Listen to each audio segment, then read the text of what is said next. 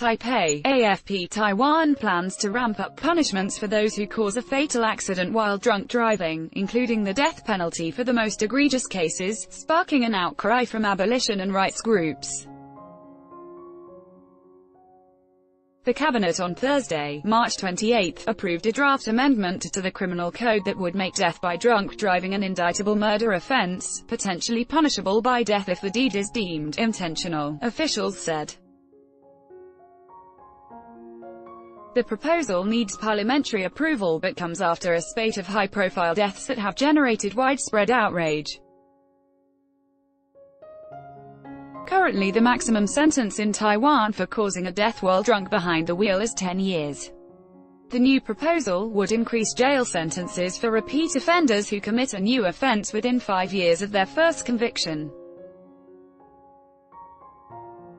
They face up to a life sentence for causing a death and 12 years for grave injuries. Cases of drunk driving leading to death are rampant.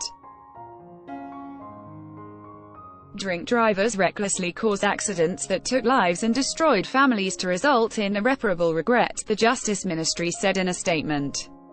In one notorious case in January, a 40-year-old man crashed his van into a taxi while driving intoxicated, killing 3 people and injuring 3 others including himself. Very few countries employ the death penalty for drunk driving cases.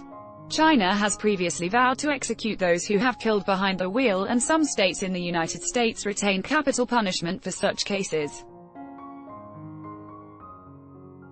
In 2014, a Texas man was indicted on capital murder after he plowed his car into a crowd, killing 4 people. But in the end, prosecutors did not seek the death penalty and he was sentenced to life imprisonment.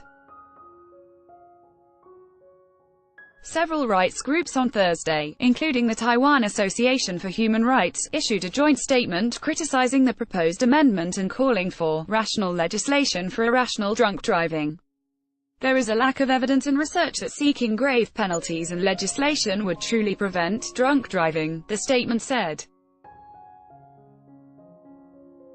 Taiwan resumed capital punishment in 2010 after a 5-year hiatus, despite ongoing calls from local and international rights groups for its abolition.